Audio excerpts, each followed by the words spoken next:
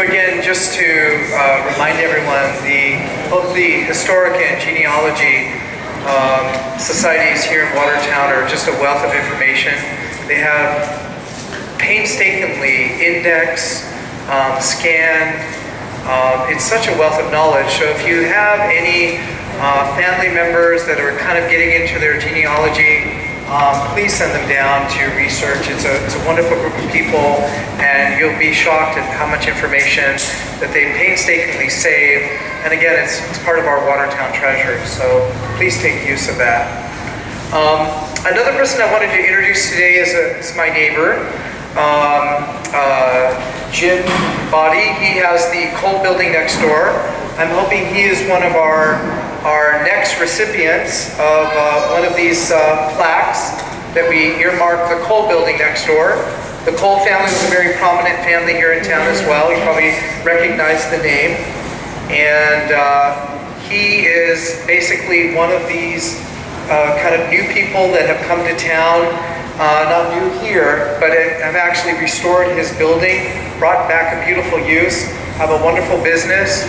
And he and Carol spend hours bringing back life to our historic Main Street. So I thought it was important to have him here today and introduce himself and tell a little bit about his building, his history, and his vision of Watertown. So please welcome Jim.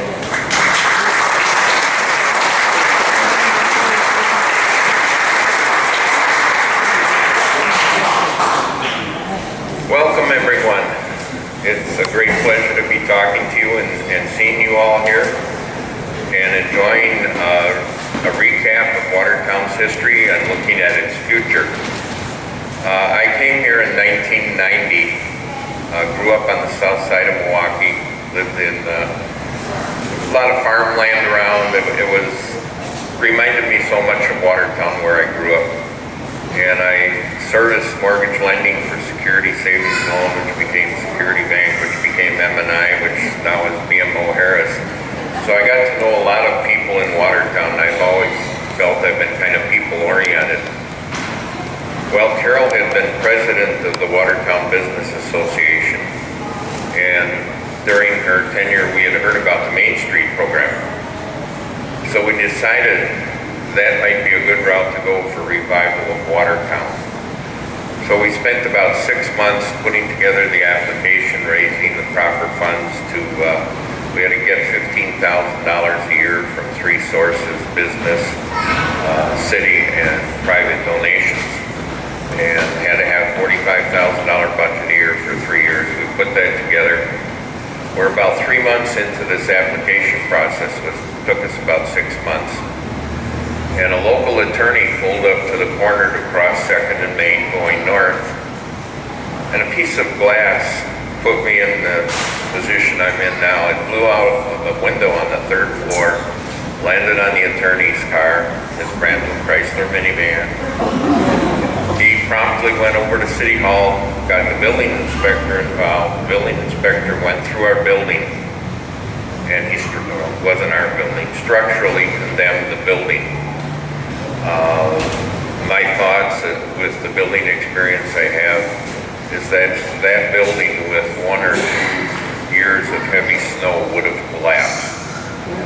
The attic, 3rd floor attic, is a barn truss system. The barn beams, the beams are 9 by 14 inches. There are 5 of them that span the width of the building, 82 feet. 8 of those 10 ends had rotted out. 1 had rotted 2 feet back, and it fell 13 inches out of the beam pocket. In the meantime, the roof had failed, water was curling in, getting in the mortar and bricks, deteriorating the mortar. When I went up there, I could reach in, pull out handfuls of clay and sand. So the building was very close to collapse.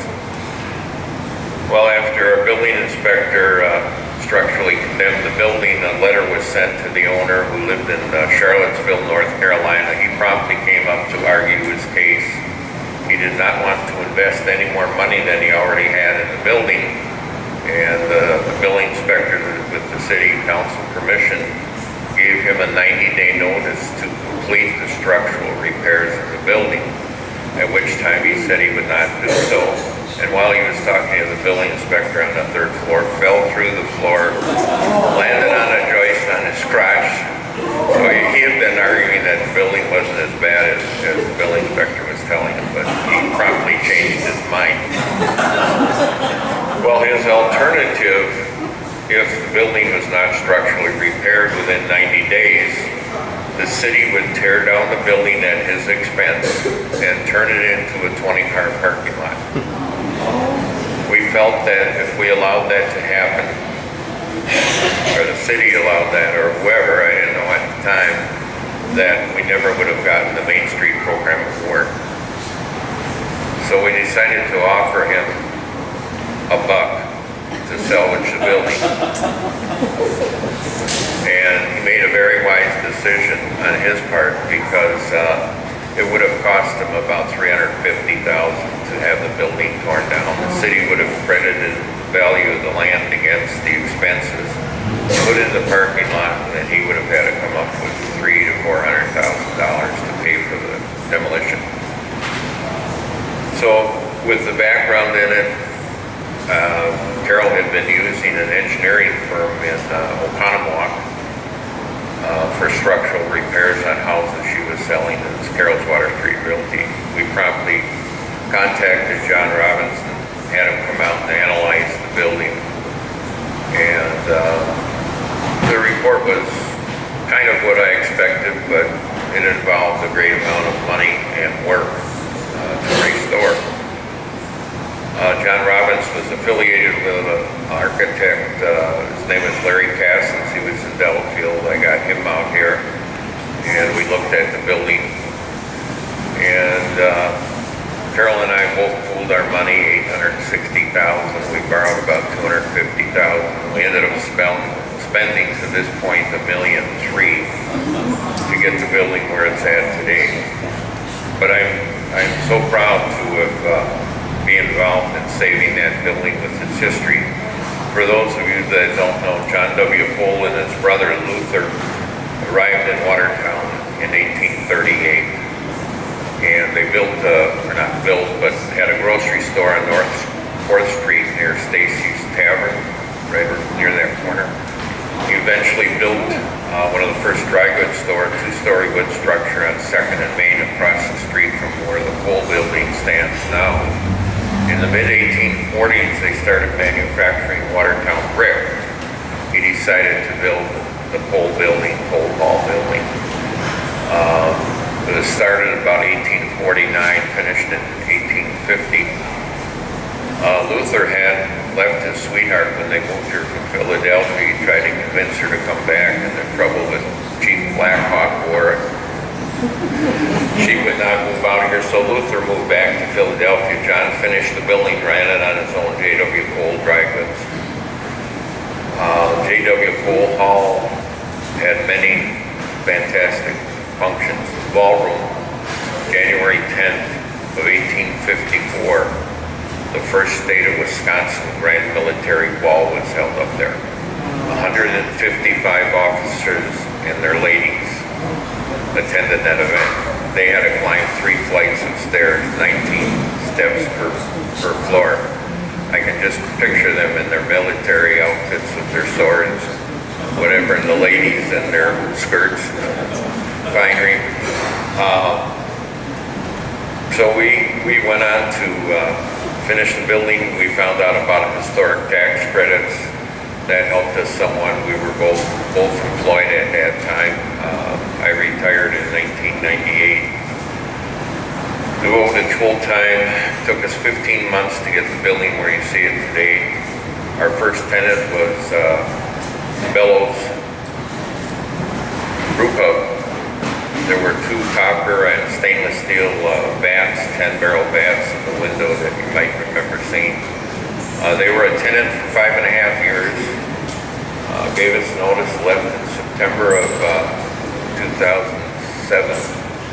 Carol and I looked at each other and said, now what do we do? Well, my family heritage is German and Irish. My mother's side of the family was Irish, family named Lyons. So to honor my mother and my grandfather, we named trained at Lyons Irish Pub.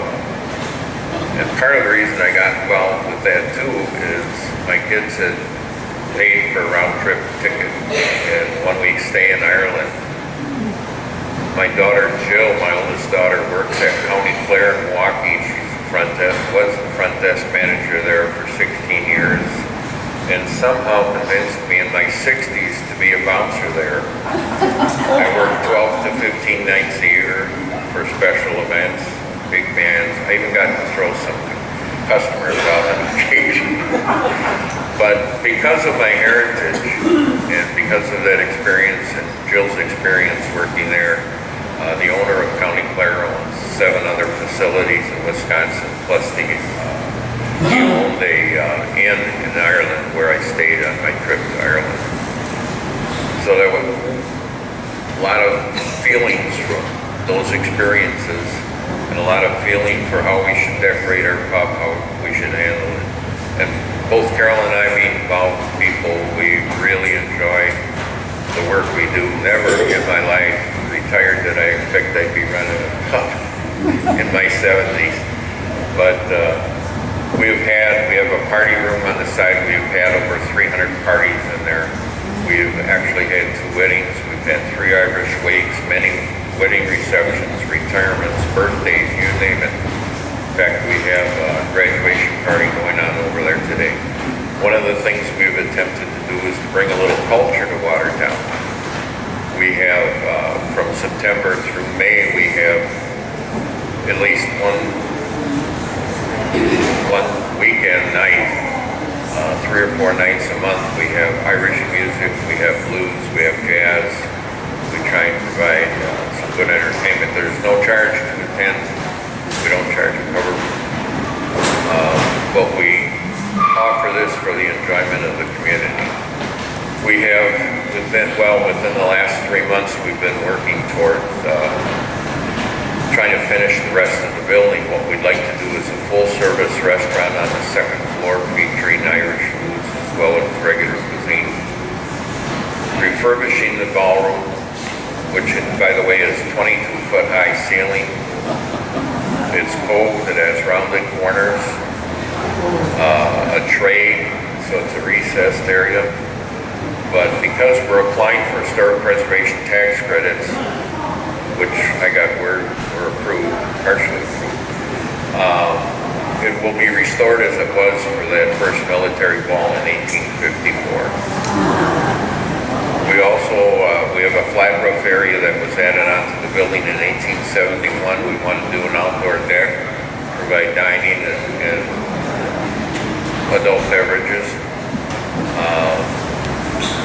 We applied with the state of Wisconsin a week ago Thursday for the 20% historic preservation tax credits. Never got official word, but I think somebody left the letter out of the package. I got a FedEx package on Thursday from the state. And Friday morning, Washington time being a little different than ours, Friday morning, 7 o'clock, I received a phone call from the Historic Preservation in Washington, D.C. And the woman that called was the head of the department, wanted me to answer a couple of questions, give a little bit of additional information, so I assume that process is going to be approved as well. Bill and I, in order to proceed, are asking the city to put us in a TIF district so that we can also, through that source, get additional funds to do this work. So I give my condolences to Bill, or sympathies, or whatever. 15 years ago, I started my process. We're still working through it. Probably a lot having to do with it, deciding to take over the pub area and working 60 hours a week in there. Lost a little enthusiasm, a little energy for pursuing that, but with Bill here now and his enthusiasm and energy, I think we're both going to go forward with our hopes and dreams to bring some quality things to Watertown, revive these old buildings, and hope you all come over and enjoy it. I thank you very much.